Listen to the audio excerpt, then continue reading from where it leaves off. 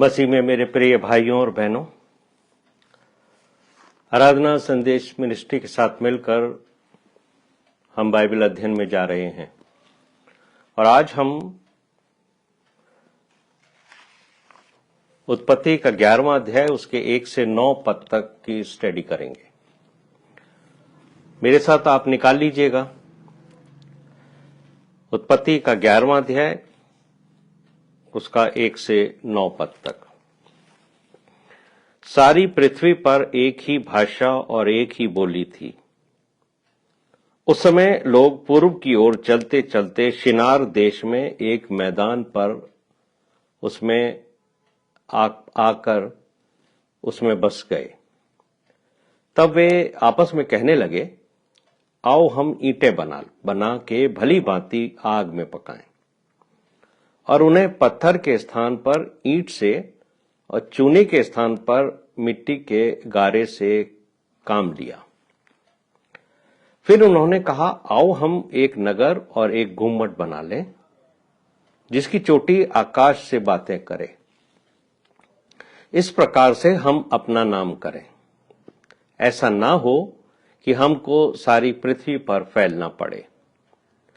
जब लोग नगर और गुम्मट बनाने लगे, तब उन्हें देखने के लिए यहोवा उतर आया। और यहोवा ने कहा, मैं क्या देखता हूं कि सब एक ही दल के हैं और भाषा भी उन सब की एक ही है, और उन्होंने ऐसा ही काम भी आरंभ किया। और अब जो कुछ वे करने का यत्न करेंगे, उसमें से कुछ भी उनके लिए अनहोना न होगा। इसलिए आओ हम उतर के उनकी भाषा में गड़बड़ी डालें कि वे एक दूसरे की बोली को ना समझ सकें। इस प्रकार यहोवा ने उनको वहां से सारी पृथ्वी के ऊपर फैला दिया और उन्होंने उस नगर का बनाना छोड़ दिया। इस कारण उस नगर का नाम बेबीलोन पड़ा, क्योंकि सारी पृथ्वी की भाषा में जो गड़बड़ी है वह यहोवा ने वहीं डाली, और वहीं से यहोवा ने मनुष्यों को सारी पृथ्वी के ऊपर फैला दिया। आइए हम प्रार्थना करें और इस वचन को समझने के लिए परमेश्वर के अनुग्रह के सिंहासन के सामने चले।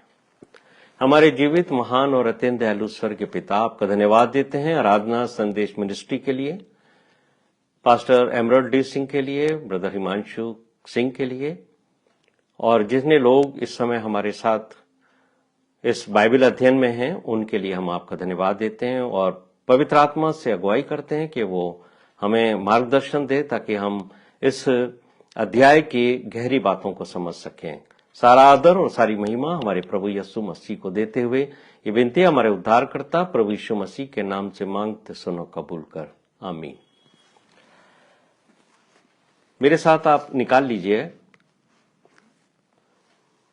उत्पत्ति का 11वां अध्याय 1 से 9 पद तक। उत्पत्ति का 11वां अध्याय जब हम पढ़ना शुरू करते हैं तो हमें मालूम पड़ता है कि एक ऐसा समय था जब पूरे संसार में एक ही भाषा बोली जाती थी, और कुछ लोग हैं जो दूर देश से चलते हुए आकर शिनार देश में बस गए हैं। और यहां हमें एक बड़ी अलग सी बात नजर आती है कि जो लोग शिनार देश में बाहर से आकर बसे हैं, उन्होंने एक बात कहना शुरू किया है, आओ हम ईंटें बना के भली भांति आग में पकाएं। यानी हम ईंट बनाना चाहते हैं। फिर वो ये कह रहे हैं कि आओ हम ईंटें बनाएं, साथ ही हम एक नगर और एक गुम्मट भी बना लें, और ऐसी गुम्मट बनाएं कि उसकी चोटी जो है वो आकाश से बातें करे। ये जो शब्द आकाश है हिंदी के अंदर, वास्तव में ये इंग्लिश में इसको हेवन वर्ड का इस्तेमाल किया गया है। तो जब हम हिंदी में आकाश वर्ड पढ़ते हैं तो इसका तात्पर्य होता है कि ये लोगों की इच्छा ये है कि जो बिल्डिंग वो बना रहे हैं, जो गुंबद वो बना रहे हैं उस नगर का, उसकी जो चोटी है वो स्वर्ग तक जानी चाहिए। यानी हम उस चोटी के द्वारा स्वर्ग तक पहुंचने की इच्छा रखते हैं।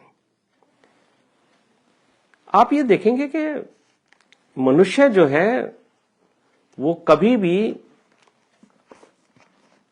किसी भी काम को करने के लिए जब तक कि उसके पास कोई लीडर ना हो तब तक वो एक मन का नहीं हो सकता। जब भीड़ एकत्रित होती है लोगों की तो उसमें कुछ लोग कुछ बात करते हैं, कुछ लोग कुछ बात करते हैं, और हम ये देखते हैं कि बहुत सारे लोग ऐसे हैं जो बिगर लीडर के भटकने लगते हैं। इसलिए लीडर का होना भी बहुत ज्यादा आवश्यक होता है। लेकिन अगर आप इस चैप्टर का अध्ययन करेंगे तो आपको मालूम होगा 11वें अध्याय में 1 से 9 पद तक में इनके लीडर के बारे में यहां कुछ नहीं लिखा है कि इनका लीडर कौन था, लेकिन यह लिखा है कि ये लोग पूर्व देश की ओर से आते आते मैदान में आकर बस गए, और अचानक ये इनके मन में नहीं आ गया विचार कि हम ईंटें पका लें, हम नगर बसा लें, हम गुम्बद बना लें जिसकी चोटी जो है वो आकाश तक पहुंचे। अचानक ये बात इनके मन में नहीं आ गई। कोई ना कोई इनका लीडर है, और वो लीडर का नाम यहां नहीं दिया। इसलिए मुझे और आपको ये देखना है कि अचानक ये लोग जो हैं वो ऐसी बातें करने क्यों लगे, इसके पीछे वो भावना किसकी है, इसके पीछे वो कौन व्यक्ति है जो इनको एक लीडरशिप दे रहा है, एक मार्गदर्शन दे रहा है। दरअसल क्या है कि जब ये लोग शिनार में आए हैं तो वहां एक ऐसी आत्मा काम कर रही है, एक ऐसी स्पिरिट काम कर रही है जिसको ये लोग पहचान नहीं पाए हैं। और दरअसल ये एक ऐसी शैतानी आत्मा है, इसका पहचानना भी बहुत मुश्किल काम है। और ये मुझे और आपको भी समझना चाहिए कि ऐसे लोग आज संसार में पाए जाते हैं जो मनुष्य को भक्ति का भेष धारण करने के लिए उत्साहित करते हैं। यानी स्वयं भी वो भक्ति का भेष धारण कर लेते हैं और लोगों को भक्ति के द्वारा परमेश्वर के नजदीक खींचने का प्रयत्न करते हैं। और आपको लगने लगेगा कि ये व्यक्ति जिसको हम फॉलो कर रहे हैं वो धार्मिक है, वो आत्मिक है। लेकिन सच्चाई यह है कि ऐसे लीडर्स बाहर से तो भारी तौर से धार्मिक और आत्मिक दिखते हैं, पर वास्तविकता में इनका जीवन धार्मिकता से बहुत दूर होता है। ये दिखावे की धार्मिकता होती है। और आज हम इस बात को समझेंगे कि इनमें फर्क क्या है। और जो लोग सिर्फ बाहरी तौर से धार्मिक दिखाई देते हैं, ये लोग रिलीजियोसिटी इनको कहते हैं। ये रिलीजियस लोग होते हैं, सिर्फ धार्मिक दिखाई देते हैं, पर इनका जीवन आत्मिकता से बहुत दूर होता है। और यह जरूरी नहीं है कि हर धार्मिक दिखने वाला व्यक्ति, चाहे वो मसीही विश्वासी हो, चाहे वो एक पास्टर हो, चाहे वो एक बिशप हो, या कोई एक बहुत बड़ा प्रचारक हो जिसके पीछे बहुत सारे लोग चलते हैं, वो सच में आत्मिक हो, यह बात की कोई गारंटी नहीं। क्योंकि वास्तव में जो धार्मिक दिखने वाले लोग हैं उनका जीवन फर्क होता है। वो दिखावे के जीवन के ऊपर जीते हैं। जैसे आप कैसे पहचानोगे कि ये व्यक्ति धार्मिक है और ये व्यक्ति आत्मिक है? धार्मिक व्यक्ति की यह पहचान है कि उसके अंदर एक स्ट्रांग रिलीजियस फीलिंग होती है।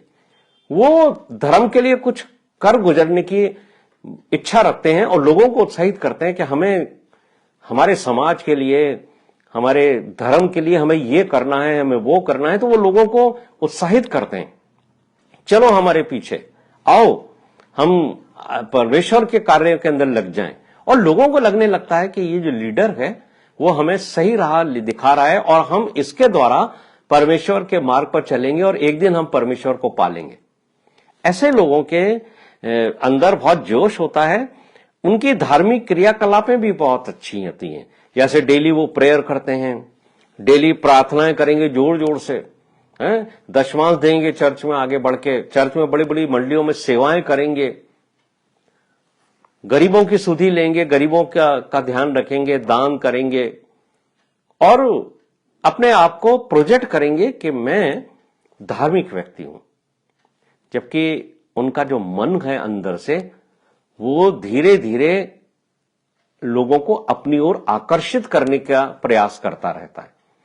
तो आज भी विश्वासियों में इस तरीके की आत्मा काम करती है, और विश्वासियों में दरअसल दो तरह की आत्मा काम करती है।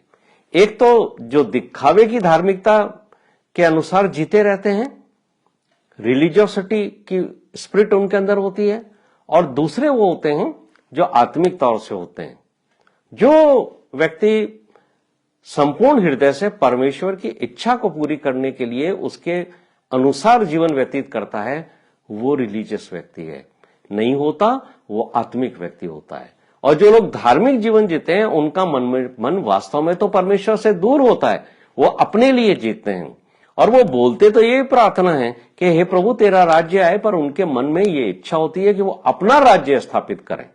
और जब मनुष्य के मन में ये इच्छा होती है कि मैं अपना राज्य स्थापित करूं, अपना नाम करना चाहता है वो, तब वो क्या करता है कि जो लोग उसके पीछे आते हैं या उसके साथ चलने लगते हैं, उनको चाहता है कि ये मुझे एक लीडर के तौर पर स्वीकार कर लें।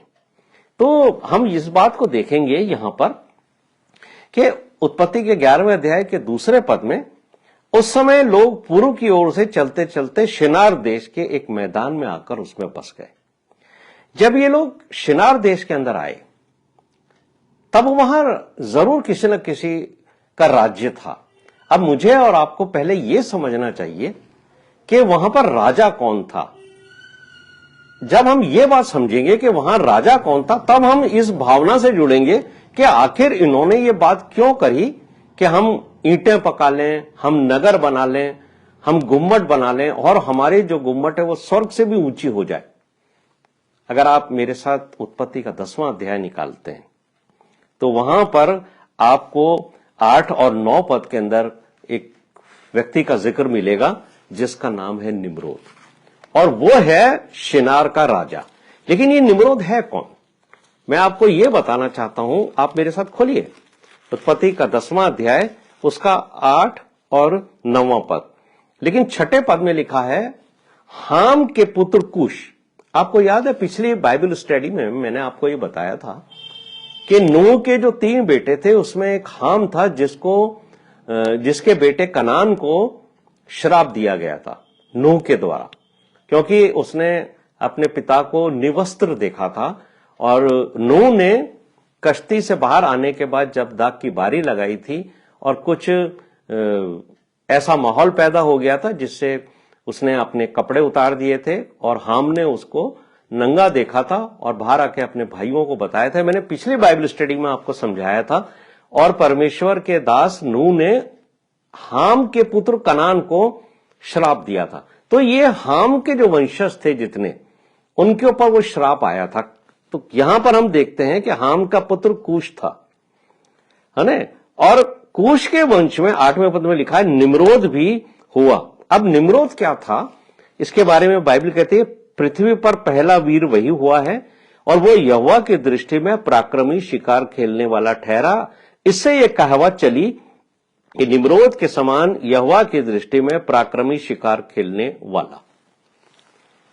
दरअसल ये जो निम्रोद था वो हाम के वंश से था, और उस जमाने के अंदर क्योंकि ये नूह के बाद सिर्फ 8 लोग उस कश्ती में से बाहर आए थे, उसमें 3 उसके बेटे और 3 उसकी बहुएं थी, और वहां से ये पृथ्वी के ऊपर फैलने लगे।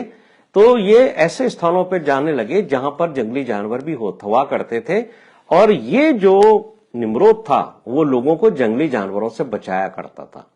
और जब वो जंगली जानवरों का शिकार करता था तो उसके अंदर एक भावना पैदा हो गई थी कि मैं जो हूं सबको मार सकता हूं। और ये जो वर्ड लिखा गया है कि वो पराक्रमी शिकार खेलने वाला, तो शिकार खेलने वाला सिर्फ वो जंगली जानवरों को ही नहीं मारता था, बल्कि वो कई मनुष्यों को भी मार दिया करता था। और मनुष्यों के अंदर एक दहशत फैली हुई थी कि ये व्यक्ति बड़ा पराक्रमी है और ये जानवरों को मारता है, जंगली जानवरों को, उसके द्वारा ये मनुष्यों को भी बचाता है। तो एक लीडरशिप इसके हाथ में आई और लोगों ने इसको एक लीडर के तौर पर स्वीकार कर लिया कि ये व्यक्ति हमें जानवरों से बचा सकता है, जंगली जानवरों से जो हमारा शिकार करते हैं, और ये व्यक्ति उन लोगों से भी बचा सकता है जो हमारे ऊपर जो है वो आक्रमण करेंगे और हमसे लड़ेंगे। तो उन लोगों में ये एक वीर हो गया, शिकार खेलने वाला भी था और लोगों से बचाने वाला भी था, इसलिए लोगों ने इसकी लीडरशिप को एक्सेप्ट कर लिया। लेकिन इसके अंदर जो स्पिरिट थी, जो आत्मा थी, वो आत्मा नहीं थी जो परमेश्वर के ओर से मिली हुई थी। इसके अंदर जो आत्मा थी वो शैतानी आत्मा थी। और 10वें पद में क्या लिखा हुआ है, उसके राज्य का आरंभ शिनार देश के बेबीलोन से हुआ। यहां हमें एक बात स्पष्ट पता पड़ जाती है कि ये जो लोग शिनार देश के अंदर लौटे हैं, 11वें अध्याय में आप देखेंगे, वहां पर उस समय किसका राज्य था? वहां पर निम्रोद का राज्य था। और निम्रोद के पास 3 चीजें थी। ये मुझे और आपको बड़े ध्यान से समझना चाहिए। निम्रोद अपना नाम करना चाहता था, इसलिए निम्रोद ने इन लोगों का इस्तेमाल किया। कोई भी व्यक्ति जब लोगों का इस्तेमाल करता है तो लोगों के मन में अपनी बात डालता है। आजकल हम देखते हैं कि लीडर्स जो हैं, जो बात कहना चाहते हैं, वो भीड़ से बुलवाते हैं और वो कहते हैं क्यों ऐसा होना चाहिए कि नहीं होना चाहिए, तो जनता ये कहती है खड़ी होके, हाँ ऐसा होना चाहिए। तो ये जो बात ये लोग बार बार कह रहे हैं कि आओ हम ईंटें पका लें, आओ हम एक नगर बसा लें, ये वो भावना और वो बातें हैं जो निम्रोद के मन में है, लेकिन निम्रोद इनके मुंह में डाल रहा है ये बात कि तुम लोग जो हो ये बात बोलो। तो ये जो बातें बोल रहे हैं ये भावना निम्रोद की है। आओ हम स्वर्ग तक जाने के लिए गुम्मट बना लें ताकि हम परमेश्वर के पास तक जाएं। ये भावना किसके अंदर है? उस व्यक्ति के अंदर है जिसका नाम निम्रोद है। जिसके अंदर स्पिरिट कौन सी है? ये स्पिरिट जो है वो शैतान की है। और ये स्पिरिट का जिक्र आपको यशाया भविष्यवक्ता की पुस्तक में मिलेगा। अगर आप यशाया का 13वां अध्याय खोलते हैं तो यशाया का 14वां अध्याय खोलते हैं तो उसके 13वें पद से मैं आपको शैतान की जो सैटन है उसकी स्पिरिट के बारे में, उसके जीवन के बारे में लिखा है। 13वें पद में लिखा है यशाया 14:13 में, तू मन में कहता था कि मैं स्वर्ग पर चढ़ूंगा। यानी स्वर्ग तक जाने की किसकी इच्छा थी? शैतान की। ये जो आत्मा है, शैतान की आत्मा, ये निम्रोद के अंदर हैगी। निम्रोद भी इन लोगों से एक ऐसा गुंबद बनवाना चाहता है जिसकी चोटी जो है वो स्वर्ग तक जाए। यानी निम्रोद लोगों से कहता है अगर तुम मेरे को फॉलो कर दो, अगर मुझसे मेरे पीछे चलोगे तो मैं तुम्हें स्वर्ग के परमेश्वर से मिलवा दूंगा। अब ये लोग भोले हैं, ये परमेश्वर से मिलना चाहते हैं, लेकिन इनको ये मालूम नहीं है कि जो लीडर हमें लेके जाने चाहता है उसके मन में क्या है। और ये लोग वो बातें बोलने लगे, आओ हम ईंटें बना लें, आओ हम नगर बना लें। ये भावना निम्रोद की है। और निम्रोद के अंदर किसकी आत्मा है? शैतान की है। जो ये क्या कह रहा है देखिए, यशाया 13 में लिखा है, मैं 14 के 13वें पद में लिखा है, मैं स्वर्ग पर चढ़ूंगा, मैं अपने सिंहासन को ईश्वर के तारागण से अधिक ऊंचा करूंगा और उत्तर दिशा की छोर पर सभा के पर्वत पर रहूंगा, मैं मेघों से भी ऊंचे ऊंचे स्थानों के ऊपर चढ़ूंगा, मैं परम प्रधान के तुल्य हो जाऊंगा। तो ये जो स्पिरिट है इसके बारे में आपको मैं समझा देता हूं कि निम्रोद एक राजा था, उसके पास धन था, ठीक है, और धन की बहुतायत के कारण ही, लेन देन के, जो बाइबल में लिखा है, लेन देन के कारण ही शैतान जो था उसकी आत्मा जो है वो भटक गई, वो अपने पथ से भ्रष्ट हो गया और उसने ये सोचा कि घमंड किया कि मैं परमेश्वर से भी ऊंचा उड़ जाऊंगा, मैं परमेश्वर से तुल्य हो जाऊंगा। तो जहां पर जिन लोगों के पास धन होता है, जिन लोगों के मन में ये इच्छा होती है कि हम अपना नाम करें, वो लोगों का इस्तेमाल करते हैं अपना राज्य स्थापित करने के लिए।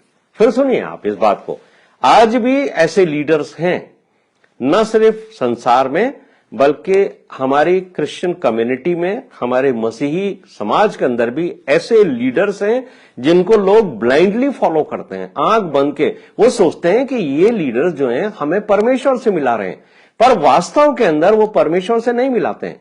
उनका इच्छा होती है, वो अपना राज्य स्थापित करना चाहते हैं। और क्या होता है उनके पास? पहली चीज जो निम्रोद के पास थी, धन था।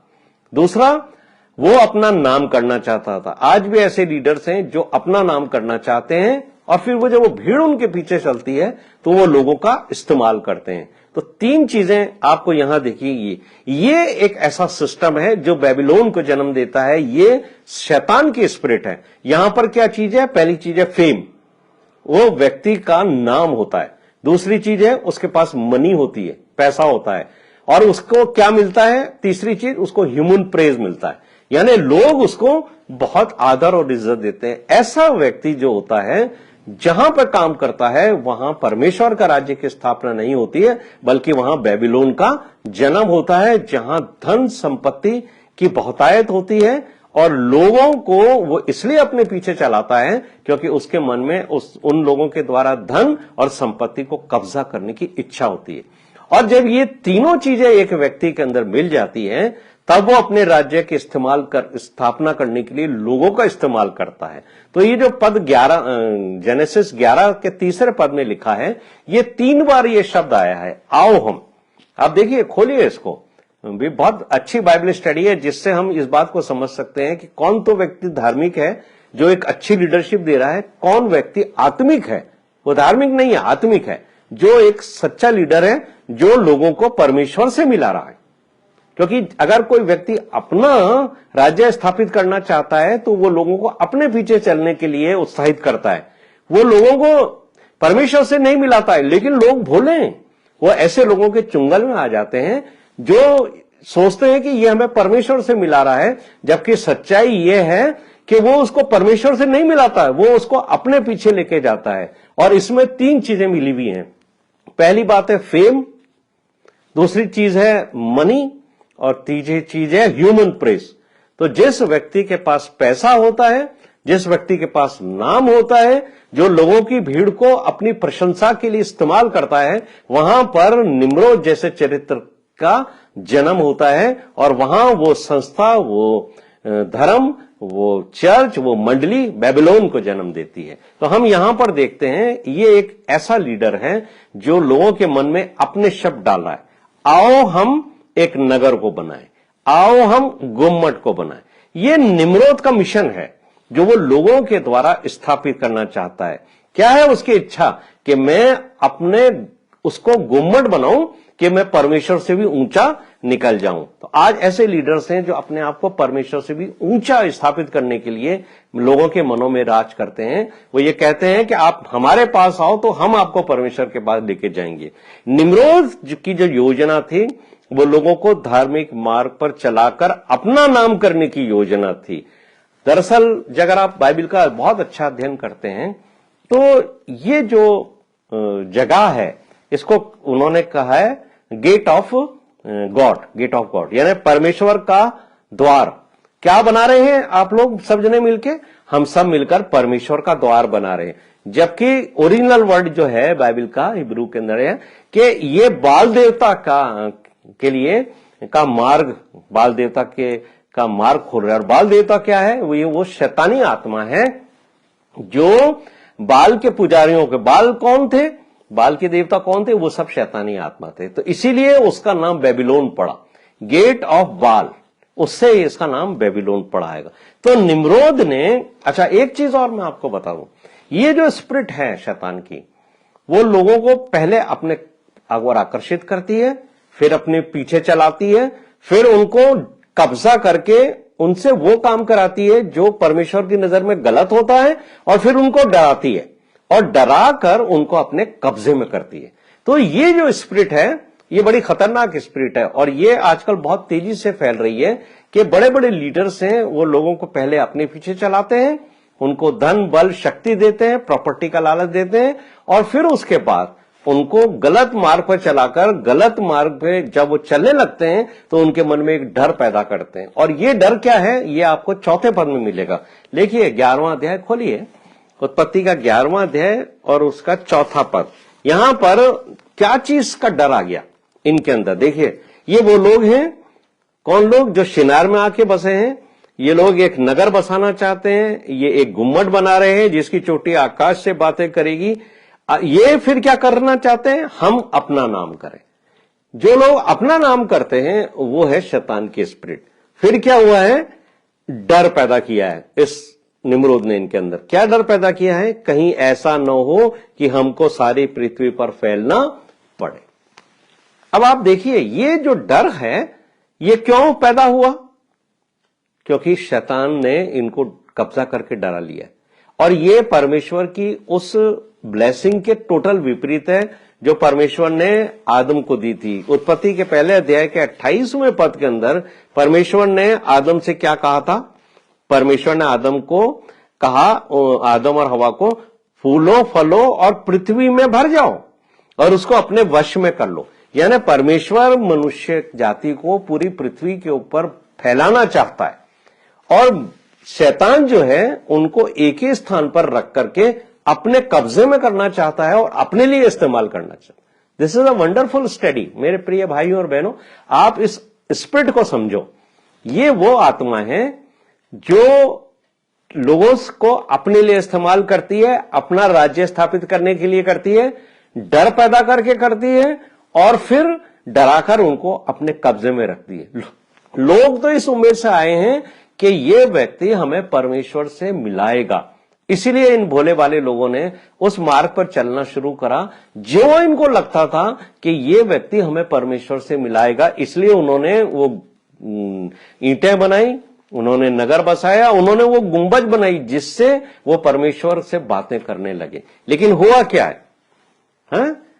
हुआ क्या है? ये डर रहे। और डर क्या है? कहीं ऐसा ना हो कि हमें सारी जगह फैलना पड़े।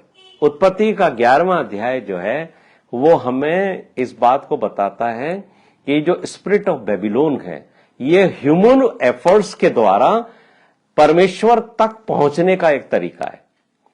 बहुत ही जबरदस्त चीज है ये। 5वें पद के अंदर ये बात लिखी है कि जब परमेश्वर ने ये देखा कि एक गुंबद बनाया जा रहा है और उठते उठते वो स्वर्ग तक आना चाहता है, तो परमेश्वर उसे देखने के लिए स्वर्ग से नीचे उतरा।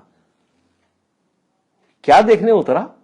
कि ये आखिर किसकी प्रशंसा और किसके लिए बनाया जा रहा है। आज बहुत सारा ऐसा काम है जो मंडलियों में होता है, समाज में होता है।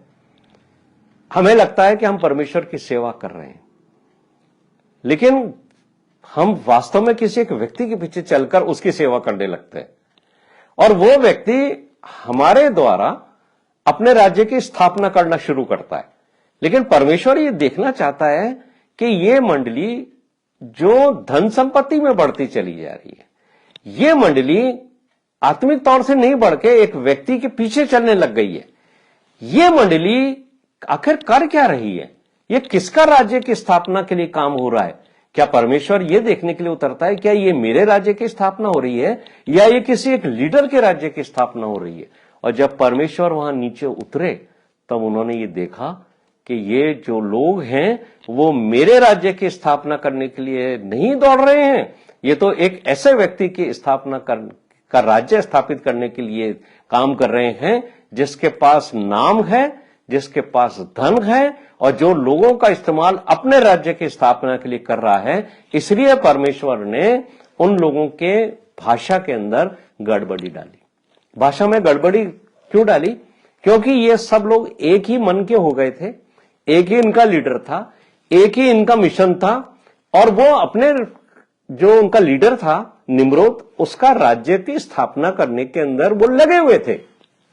और निम्रोद के अंदर वो स्पिरिट है जो मैंने आपको बताया कि ब्रह्मांड यानी पृथ्वी के शुरू होने से पहले आकाश के पैदा होने से पहले, उत्पत्ति का पहला अध्याय उसके पहले पद में जो बात लिखी है कि शुरू में परमेश्वर ने आकाश और पृथ्वी की सृष्टि की।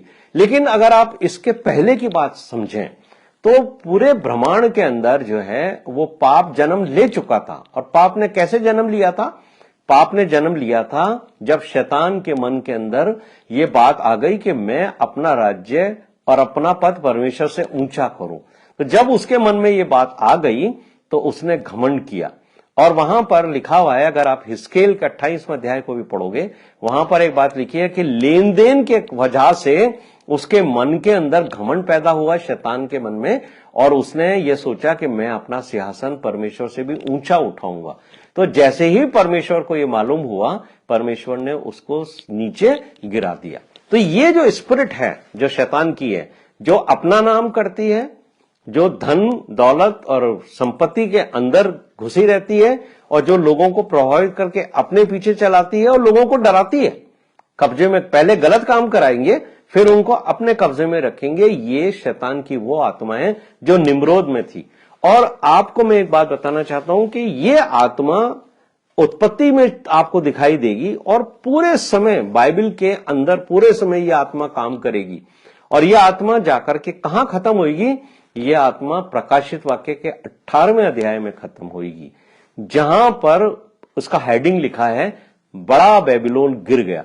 यानी बेबीलोन की जो स्पिरिट है वो स्पिरिट है जिसके लीडर के पास धन है, जिसके लीडर के पास नाम है, वो अपना नाम ऊंचा करना चाहता है, और वो लीडर लोगों का इस्तेमाल करने के लिए उनको डराता है और अपने पीछे चलने को मजबूर करता है। ऐसे जो लीडर्स हैं उनके अंदर जो स्पिरिट होती है वो निम्रोद की स्पिरिट कहलाती है। और ये बाइबल का जब आप अध्ययन करोगे तो आपको मालूम होगा कि ये spirit through out the Bible जो है वो कहीं ना कहीं आपको दिखाई देगी। और आपको मैं ये बताना चाहता हूं कि संसार में आज भी ये आत्मा काम करती है। इस आत्मा का कहीं पर भी अंत नहीं हुआ है। और ये आत्मा आपको राजा नबूकदनेस्सर में भी नजर आएगी। बहुत सारे ऐसे कैरेक्टर हैं, लेकिन मैं आपको राजा नबूकदनेस्सर के बारे में बताना चाहता हूं। उसने इस बात को खड़ा होकर के बोला था कि क्या ये जो शहर है, ये जो खूबसूरत झांकियां हैं, ये जो बाग हैं, ये क्या मैंने अपनी मेहनत से नहीं बनाए? तो जहां मैं आता है, जहां धन आता है, जहां लोगों की भीड़ आती है और जहां लीडर्स लोगों का इस्तेमाल अपने लिए करने लगते हैं, वहां बेबीलोन का जन्म होता है। मेरे प्रिय भाइयों और बहनों, यही है ह्यूमन एफर्ट्स जिसके द्वारा लोग परमेश्वर को जानना चाहते हैं। लेकिन यह बड़ा कठिन होता है कि आपके लिए ये बहुत मुश्किल होता है कि आप कैसे पहचानो कि ये सही लीडर है या गलत लीडर, क्योंकि इसमें ज्यादा फर्क नहीं होता। अगर मैं आपको एक उदाहरण देकर समझा देता हूं। अगर कोई आपको 500 रुपए का नोट देना चाहता है और वो आपको एक खाली ब्लैक पेपर या ग्रीन पेपर आपको पकड़ा देता है, कहता है ये 500 रुपीज का नोट है, तो आप धोखा नहीं खाओगे। आप कहोगे ये तो कागज का टुकड़ा है, 500 रुपए का नोट नहीं है। आप धोखा नहीं खा सकते। लेकिन अगर कोई व्यक्ति आपको कोई जाली नोट दे देता है, काउंटरफीट नोट जिसको कहते हैं, अगर कोई जाली नोट आपको पकड़ा दे, हाँ, तब आप धोखा खा सकते हो। यानी जाली नोट में, काउंटरफीट नोट जिसको कहते हैं इंग्लिश में, that is very similar to the genuine note. वो बिल्कुल ऐसा होता है जैसे असली लगता है।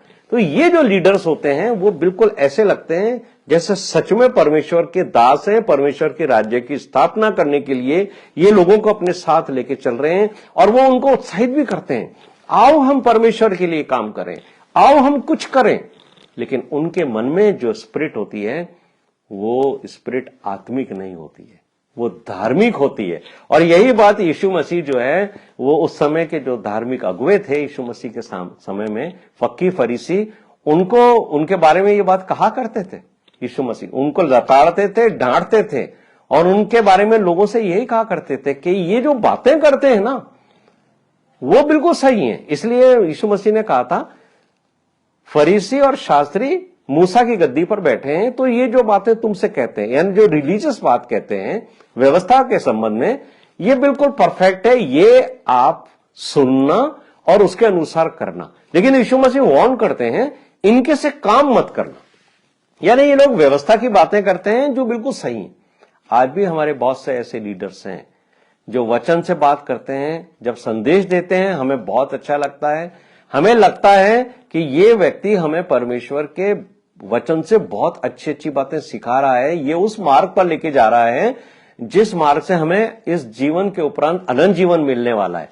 लेकिन परमेश्वर का वचन यीशु मसीह के द्वारा मुझे और आपको ये वार्न करता है कि ऐसे लोगों के पीछे मत चलना जो सिर्फ धार्मिकता का जीवन बीते हैं, क्योंकि इनके जो काम हैं वो इनके उन वचनों के अनुसार जो ये बोलते हैं बिल्कुल विपरीत हैं। इसलिए परमेश्वर का वचन मुझे और आपको ये बात स्पष्ट तौर से कहता है कि ये लोग, अगर तुम इनका फॉलो करोगे तो तुम चौड़े मार्ग पर चलते रहोगे जिसके अंत में मौत है। यानी वो मार्ग जो सकड़ा है, वो मार्ग वो नहीं है जिसके ऊपर ये लीडर्स आपको लेके चल रहे हैं, जिनमें निम्रोद की स्पिरिट पाई जाती है। मेरे प्रिय भाइयों और बहनों, ये बहुत बड़ा धोखा है जो बाइबल के शुरू में शुरू हुआ है, उत्पत्ति में, और आपको जो है वो अंत तक लेके जाएगा। ये निम्रोद की स्पिरिट है, ये वो शैतानी स्पिरिट है जो मनुष्य को ऊपर बढ़ाती है, परमेश्वर को ऊपर नहीं बढ़ाती है, ये मनुष्य के ऊपर बढ़ाती है। और क्या कहा था उन्होंने? आओ हम अपना नाम करें। अरे आप परमेश्वर से मिलना चाहते हो, परमेश्वर के पास जाना चाहते हो, फिर ये कौन सी भावना आपके अंदर आई है जो एक साथ मिलकर ये लोग कह रहे हैं आओ हम अपना नाम करें? हाँ, ये वो लोग हैं जो परमेश्वर का राज्य स्थापित नहीं करना चाहते। उन्होंने क्या कहा? शिनार से में आने के बाद इन लोगों ने एक ऐसे लीडर को फॉलो किया है जो ये कहता है आओ हम ईंटें बनाएं। क्यों बनाएं? ताकि हम गुंबज बनाएं, गुंबज बनाकर हम स्वर्ग तक चलें, यानी हम परमेश्वर से मिलने चलें। लेकिन साथ में एक भावना है, आओ हम अपना नाम करें। तो ये जो नाम है, आओ हम परमेश्वर का नाम करें, ये नहीं है, यह है आओ हम अपना नाम करें। यानी वो व्यक्ति जिसके पास धन है, वो व्यक्ति जिसके पास नाम है, ऊंचा पद है, जो व्यक्ति लोगों का इस्तेमाल अपना राज्य स्थापित करने के लिए करता है, उसके अंदर जो है वो बेबीलोन की आत्मा काम करती है। और ये वो स्पिरिट है जो दिखावे की धार्मिकता रखती है। इसलिए यीशु मसीह जो है इन लोगों को जो दिखावे की धार्मिकता का जीवन जीते थे, उनको कपटी वर्ड का इस्तेमाल करते हैं यीशु मसीह। और अगर आप लूका का 13वां अध्याय पढ़ोगे तो यीशु मसीह ने कई बार जो है वो इनको कहा है, हे कपटी फरीसियों, तुम जो हो ना ये दिखाने के लिए सारे काम कर रहे हो, तुम तो अंदर से सड़ी हुई आत्मा हो, हड्डियां हो, गली भी हो। और जब हम इस उत्पत्ति के 11वें अध्याय को देखते हैं तो इसका 8वां 9वें पद के अंदर हमें एक बात मालूम होती है कि परमेश्वर ने 8वें पद में लिखा है, इस प्रकार यहोवा ने उनको वहां से सारी पृथ्वी के ऊपर फैला दिया। अब जब इनकी भाषा में गड़बड़ी हो गई तो ये लोग पहले तो ये लोग सब एक राय थे, एक बोली बोलते थे, लेकिन जब परमेश्वर ने देखा कि ये मेरे राज्य की स्थापना नहीं करके अपने राज्य की स्थापना करने में लगे हैं, तो परमेश्वर ने इनके अंदर गड़बड़ी पैदा करी भाषा में। इसको समझिए आप, जब ये लोग आपस में दूसरी भाषा में बात करने लगे तब ये एक सम्मति में नहीं आए।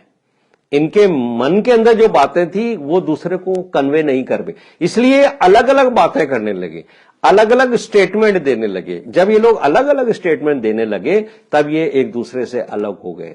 आज भी जो लोग ऐसे लीडर्स के पीछे चलते हैं, परमेश्वर उतर कर उनके मनों में ऐसी भाषा डालता है कि जब वो मुंह खोलते हैं तब वो फिर वो जो लोग पहले एक ही भाषा बोला करते थे, वही लोग अब आकर अलग अलग स्टेटमेंट देते हैं। और अलग अलग स्टेटमेंट देने की वजह से वो लोग बिखर जाते हैं, अलग अलग हो जाते हैं। ये कब होता है? जब परमेश्वर उतर कर ये देखता है कि ये मंडली, ये धर्म, ये लोग किसके राज्य की स्थापना कर रहे हैं, तब परमेश्वर उनके मनों में, उनकी भाषा में गड़बड़ी डालता है और वो फिर एकजुट होकर के काम नहीं करते। हमें लगता है कि ये क्या हो गया, कल तक तो ये सब लोग जो थे वो ईंटें बना रहे थे, कल तक तो ये लोग गुंबद बना रहे थे, कल तक तो ये लोग परमेश्वर के पास ऊपर जाकर परमेश्वर से मिलना चाहते थे। अचानक क्या हुआ कि ये लोग पूरे संसार में बिखर गए। ये स्थिति होती है जब आज निम्रोद की स्पिरिट किसी लीडर में काम करती है, जो जिसके पास धन होता है, जिसके पास वो आत्मा होती है जो निम्रोद की है, जो चाहता है मेरा नाम हो, मेरा राज्य स्थापित हो। परमेश्वर उसके पीछे चलने वाले लीडर्स के पीछे चलने वाली भीड़ के मन में ऐसी भावना और ऐसी बातें डालता है जिससे वो लोग अलग अलग स्टेटमेंट देने लगते हैं, और फिर जो पहले एक लीडर के पीछे एकजुट हुए हुए थे वो लोग वहां से बिखर करके अलग अलग स्थानों पे चले जाते हैं और उनके स्टेटमेंट्स और उनके वक्तव्य एक दूसरे से डिफरेंट होने लगते हैं। यही बात जो लिखी है 9वें पद में, इस कारण उस नगर का नाम बेबीलोन पड़ा, क्योंकि सारी पृथ्वी की भाषा जो गड़बड़ी में थी वह यहोवा ने वहीं डाली और वहीं से यहोवा ने मनुष्यों को सारी पृथ्वी के ऊपर फैला दिया। आज की बाइबल स्टडी जो 11वें अध्याय में 1 से और 9 पद तक थी वो यहां पूरी हुई है, और आने वाले शुक्रवार रात्रि 8 बजे हम एक बार फिर मिलेंगे आराधना संदेश मिनिस्ट्री के ऊपर, और पास्टर एमरल्ड डी सिंह साहब के साथ, ब्रदर हिमांशु के साथ, जो हमें यह अवसर देते हैं कि हम साथ बैठ करके इन वचनों से उन बातों को सीखें जो गहरी और गूढ़ हैं। आइए हम प्रार्थना करें। हमारे जीवित, महान और अत्यंत दयालु स्वर्ग के पिता, हम आपसे विनती करते हैं कि आप हमें वो आत्मा दें प्रभु जो हम एक सच्चे लीडर के अंदर देखना चाहते हैं, जो हमें अपने पीछे चलाकर आपसे मिलाए प्रभु। हमें ऐसे लीडर को पहचानने में पवित्र आत्मा की अगुवाई दें जिसमें निम्रोद की आत्मा काम करती है, जो लोगों को अपने राज्य की स्थापना के लिए धन, शक्ति और बल के द्वारा इस्तेमाल करता है। प्रभु जी, ऐसे लीडर से पीछे चलने से बचाएं, क्योंकि बहुत सारे लोग जो प्रभु ऐसे लोगों के पीछे चलकर चौड़े मार्ग पर चलते रहते हैं, ये समझ करके कि इस लीडर के पीछे चलने से हम प्रभु जी परमेश्वर के पास चले जाएंगे। उनके पीछे चलने से बचाएं प्रभु, क्योंकि हमने आज जान लिया है कि उस व्यक्ति में निम्रोद की आत्मा है प्रभु, जिसको प्रभु जी शैतान की वो आत्मा के द्वारा संचालित होता है, जो हमें प्रभु जी आपके मार्ग से भटका देती है। हम धन्यवाद करते हैं आराधना संदेश मिनिस्ट्री का और उनके लीडर्स का प्रभु जी, जो ये आयोजन करते हैं कि हम आपके वचन की शिक्षा एक दूसरे के साथ बांट करके। सारा आदर और सारी महिमा हम प्रभु यीशु मसीह को देते हैं, और ये विनती हमारे उद्धारकर्ता प्रभु यीशु मसीह के नाम से मांगते सुनो कबूल कर, आमीन। आप सबको जय मसीह की। और आने वाले शुक्रवार को रात्रि 8 बजे हम फिर इसी चैनल पर आराधना संदेश मिनिस्ट्री के ऊपर उत्पत्ति के 11वें अध्याय में आगे की स्टडी करेंगे। जय मसीह की।